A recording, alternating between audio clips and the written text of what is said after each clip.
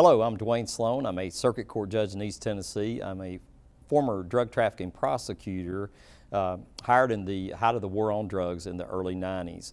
One of the things you learn early on in doing drug prosecution or drug investigation is that you cannot win the war of drugs on the supply side. You have to win it on the demand side, as important as fighting it on the supply side is. I was fortunate enough to be elected to the circuit court bench in 1998, and I would order a drug and alcohol assessment on virtually anybody that came in front of me if it was somehow a drug or alcohol related. And I would expect that person to comply with any recommendations. However, inevitably, they would come back in front of me in 6 months to a year, and I would get real mad at them and order them to usually execute their sentence. However, I did continue to learn that was probably not the best practice, but didn't understand what I should actually be doing. But in 2009, we were fortunate to be able to implement a drug recovery court in our judicial district, and we received a lot of training about what addiction really is and what recovery looks like.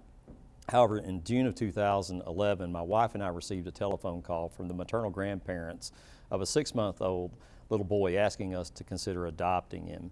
And ultimately we did.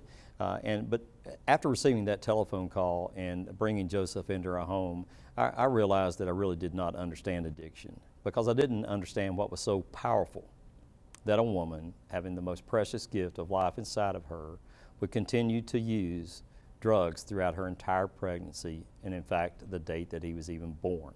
And I committed myself to learning more about addiction, particularly opioid use disorder, and I really still never understood it until I met my colleague, Dr. Loyd, in 2016. And within 15 minutes, I understood it was the power of opioids and why a woman could use drugs throughout her entire pregnancy. We're very fortunate to have Dr. Loyd here today to explain these things. And like Judge Slone just told you, how he couldn't understand how a mother could choose a pill or a drug over their own son. And that's really been my quest for the past 15 years. How in the world did I get started down that path? How in the world could I get to a place where I would pick a pill over my own family? How in the world can a young mom who's pregnant choose to give up her child over continuing her drug use? So over the next 15 to 17 minutes, I hope to be able to explain that to you. For the first thing we must understand when we're talking about addiction is we have to separate addiction from dependence. And this is pretty easy. First of all, dependence is simply that whenever I stop a medication, the patient or you will go through a predictable physiologic withdrawal syndrome. What does that mean? That means that I give you an opioid narcotic, a pain pill, an oxycodone, a hydrocodone, and I do that 3 times a day for 14 consecutive days. At the end of that 14 days, when I abruptly stop the medication, you're going to go through what's called a predictable physiologic withdrawal syndrome, i.e. you're going to get dope sick. Does that mean you're an addict? Does that mean you have addictive disease? Absolutely not. It means you're a human being. We can basically do that to anybody. That's dependence. What separates dependence from addiction is the phenomena of cravings. People who have dependence will just stop the medication, go through being dope sick, and then after a period of time, they'll feel better and they'll go about their lives. Somebody who's truly addicted, once they stop and go through the withdrawal symptoms and get totally through them, down the road, they have cravings. And these cravings, everybody understands. They're the same cravings that you have for food when you're hungry and water when you're thirsty. But the problem with cravings for substances that people are addicted to, whether it be pain pills, heroin, methamphetamine, is that their cravings for that drug are 10 times stronger than your cravings are for food when you're hungry and water when you're thirsty. And therein lies the problem. So addiction is pretty simple. I have all these people that give me great big long list of what they have to have in order to diagnose addiction, and I really don't need any of that. What I need to know is their continued use despite consequences.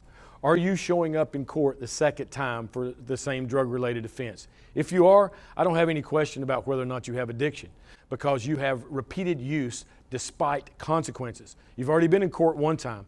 More than likely you've already served time in jail or you've been on probation for a period of time. And yet here you're back again with the same thing. I don't have any problem going ahead and diagnosing addiction at that point. And I always like to put it in terms of DUIs. Is the first DUI an indicator that your patient has or that someone has alcoholism? Absolutely not. You could have too much to drink with dinner, not enough food. It can absolutely happen. What about the second DUI? That's a totally different story. First of all, you've had multiple consequences. Number one, you spent 48 hours in jail in every state in the United States. Number two, it cost you about 10 grand for an attorney. And number three, most of the time your name appeared in the newspaper or your picture was published, so you were publicly shamed. The second DUI is not an accident. That's continued use despite consequences. And by definition, that is addiction. Now, when we're talking about the phenomenon of cravings, we absolutely have to understand this.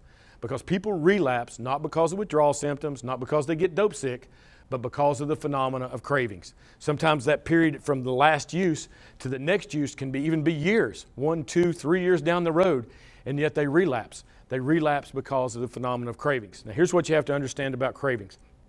Not only are they 10 times more powerful than your cravings are for food when you're hungry and water when you're thirsty, they happen as little as 33 milliseconds.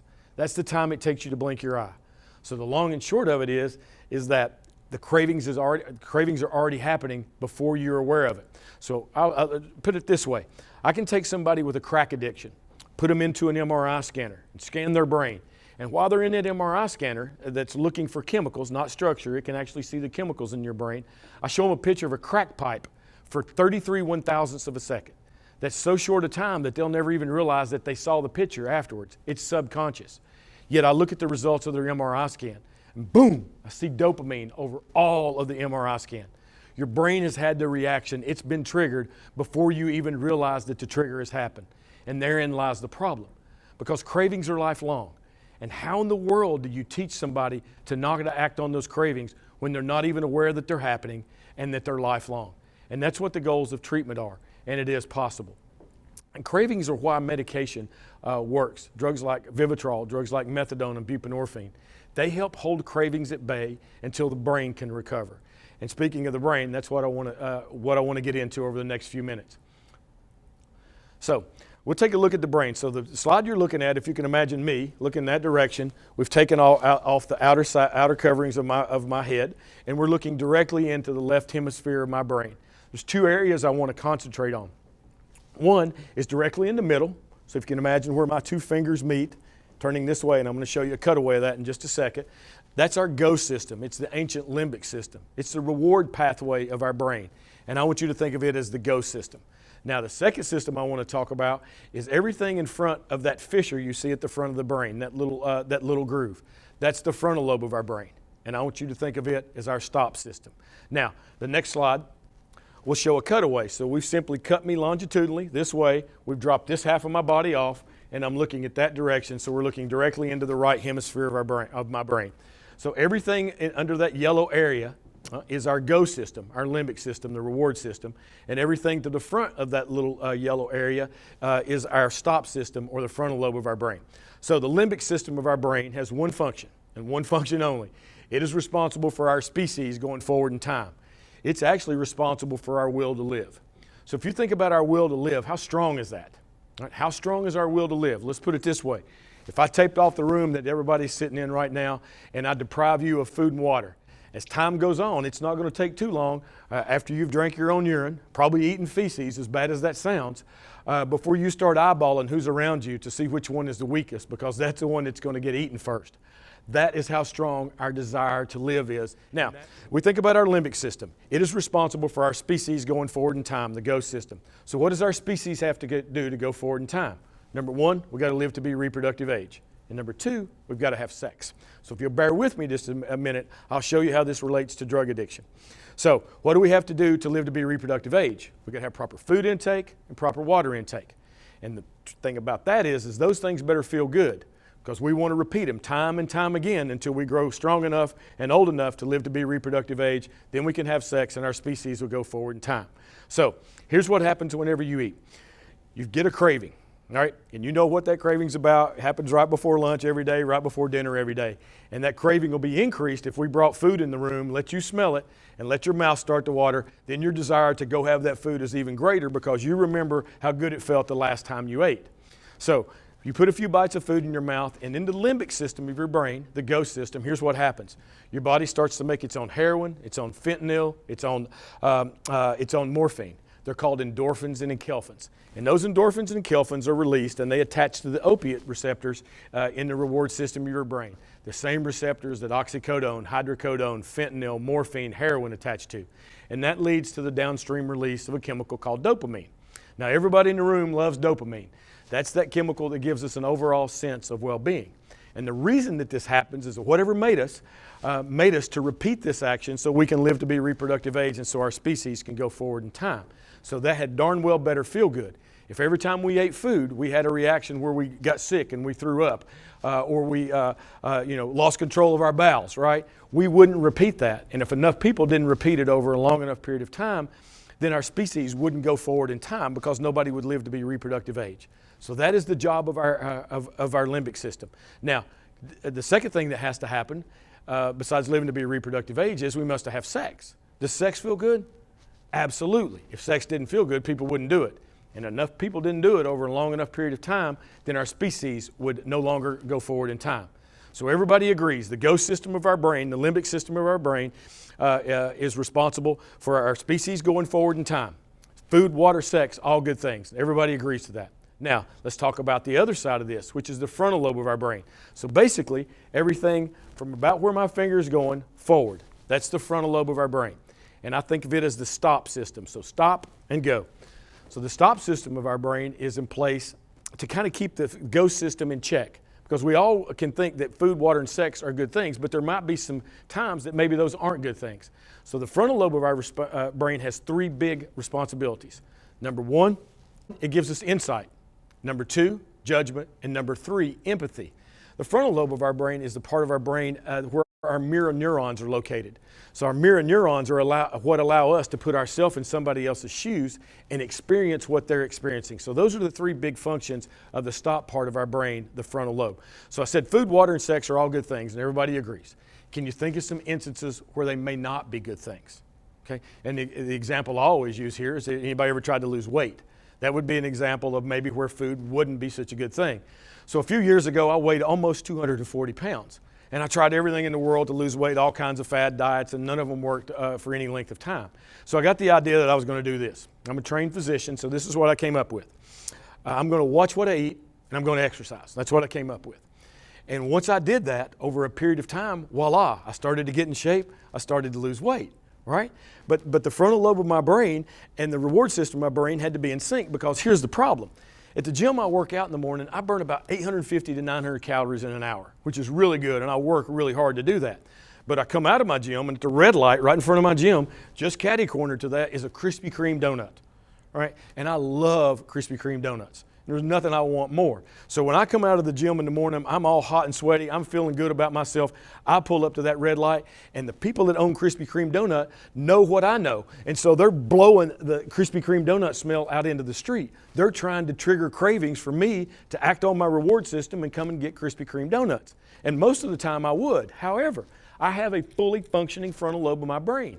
And so now I can have insight and judgment. So my goal is to lose weight and get in shape, right? I know that. So I just burned 850 calories in the gym. Krispy Kreme donuts.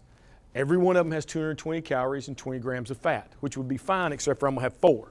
So that's 880 calories, 80 grams of fat. So if I play that forward with insight and judgment, the fully functioning frontal lobe, going against my reward system, and my goal is to lose weight and get in shape, then I'm not going to act on that because I don't want to waste my workout. And so I'm able to drive past the Krispy Kreme donut. We do this in all areas of our life every day. It's how we make decisions. Okay? Now, the people at Krispy Kreme also know that there's multiple things they can do. So right when I get up next to it, they throw on the hot donuts now sign, right? And that is the effort to trigger my reward system and get me to pull in there, which hopefully I can resist. But we make decisions like that every day. And you say, well, Steve, that's well and good. What's that got to do with anything that we're talking about? Here's where I bring in drug addiction. The ghost system of our brain and the stop system of our brain are not neurologically connected until we're about 23 years old if we're a woman and about 25 years old if we're a man. Does that mean that we have no capacity to make decisions? Absolutely not. But it means that our decision-making capacity is not where it will be when our brain is fully functioning. Okay, this is why your teenagers make horrible decisions. This is why you lay awake at night whenever they're driving and worry about them coming home, because they're driven by the reward system, right? The adrenaline they get, the opioid high they get from driving a car fast, right? When a fully functioning frontal lobe they don't have, so they don't understand they can run off the road and wreck. They don't understand that they can hurt somebody else. But with time, as these connections are made, they suddenly, and slowly, they slowly make that connection. So when they're 25, 26, 27, they make better decisions. That's how it works. What's that got to do with drug addiction? These connections between the frontal lobe of our brain, the stop, and the reward system of our brain, the go, are the development of them is interrupted at time of first drug use. Okay, so what does that mean? That means when you're sitting there talking to somebody in your court that's 35 years old and they're giving you answers to questions about decision making that are like a 13 or 14-year-old, our tendency is to get mad. And you start getting madder by the second. It happens to me too. But when it does now, I stop myself and I say, hang on a second. How old were you when you started using? I was 15. Well, we know what that is. We know how to deal with 15-year-olds. And that's their decision-making capacity at that time. And therein lies the problem with drug abuse when it comes to separating that frontal lobe. Our patients don't have insight and they don't have judgment. This next slide I'm going to show you is the most important slide that I have. If you don't remember anything else from this talk, please remember this slide. So this slide is a slide of PET scans of brains, and don't get intimidated by PET scans. All PET scans do is look and see where radio-labeled sugar goes. All of us remember from high school biology class that all the cells in our body work on sugar of some sort. So if there's a way to attach a tag to that sugar molecule so that an X-ray machine that can see it, and we inject that into a human being, then we can see what cells in their body are alive. So that top row of brains you're looking at, so the top part of the brain is the frontal lobe, down towards the bottom is this part of the brain back here, and then obviously the two sides. So that top row of brains is a normal, fully functioning brain, okay? You can see it's lit up with red and yellow all over. That's what a brain should look like. The second row of brains are brains that have been detoxed for 10 days. So I take a heroin addict in off the street. I detox them for 10 days. I get all their drugs out of the system. I get them through being dope sick. I say, all right, hit the street. This is what their brain looks like. And if you look at the top part of the brain in each of those three slices, what do you see with regards to activity in the frontal lobe? Absolutely none. So what does that mean? That means my patient literally has half a brain. They've still got a fully functioning reward system that's going to be triggered by all these things in their environment when it comes to drug use or anything else, but they lack the capacity of insight and judgment. And the chances of them making it long term in their recovery are almost zero. The least effective thing that we do for substance abuse is detox people and let them hit the street. Now, the ironic thing here is that insurance companies pay the most for detox, and that is completely not science-based. Now, that last row of brains, look at it. Look in the frontal lobes towards the top. You're starting to see some activity with the red and yellow. That means the frontal lobe's coming back online. People are starting to giving insight, start getting judgment, right? So they're able to look at things and make much better decisions. But that's after 100 days, over 3 months. Most people who get treatment maybe will get 28 days, 30 days tops, right? That's it. So how long does it take to go from that bottom row of brains where you're just starting to get insight and judgment all the way to that top row of brains where your brains are fully functioning again? That process can take about 1.5 to 2 years. So 18 months to 24 months before you're fully back online. So the longer we can keep people engaged in the treatment process, the better chance we give them of long-term outcomes and a fully functioning frontal lobe where they have insight and judgment. Now, I told you already what drives repeated drug use is cravings. So medications, Vivitrol, methadone, all the buprenorphine products, their value is holding cravings at bay until the frontal lobe of that brain can come back online. And now we're making decisions where we have insight and judgment, and we're not ruled totally by that part of our brain where we think if we don't get our drug that we're going to die. The two most successful groups with substance abuse treatment are doctors and airline pilots. Every time they've been looked at 5 years, being clean and free of all chemicals, both drugs and alcohol, the success rate has been anywhere from 78 to 95%. And there's no secret to why. And I'm part of this as well, being a physician in my own treatment. Number one is high quality treatment, inpatient treatment, getting real help with the issues that lead people to use substances, as well as how to deal with cravings. Number two is long-term accountability and follow-up. And number three is what I affectionately call the big stick, or otherwise leverage. And anytime that we have that in position to help people with substance abuse, we have great outcomes. The places that exist more than anywhere else is in the criminal justice system. For one, you have access to treatment. Two, frequent appearances before the judge can serve as follow-up and accountability over the long term. And three, being the accountability of the court to both reprimand and reward the behaviors that we're seeking.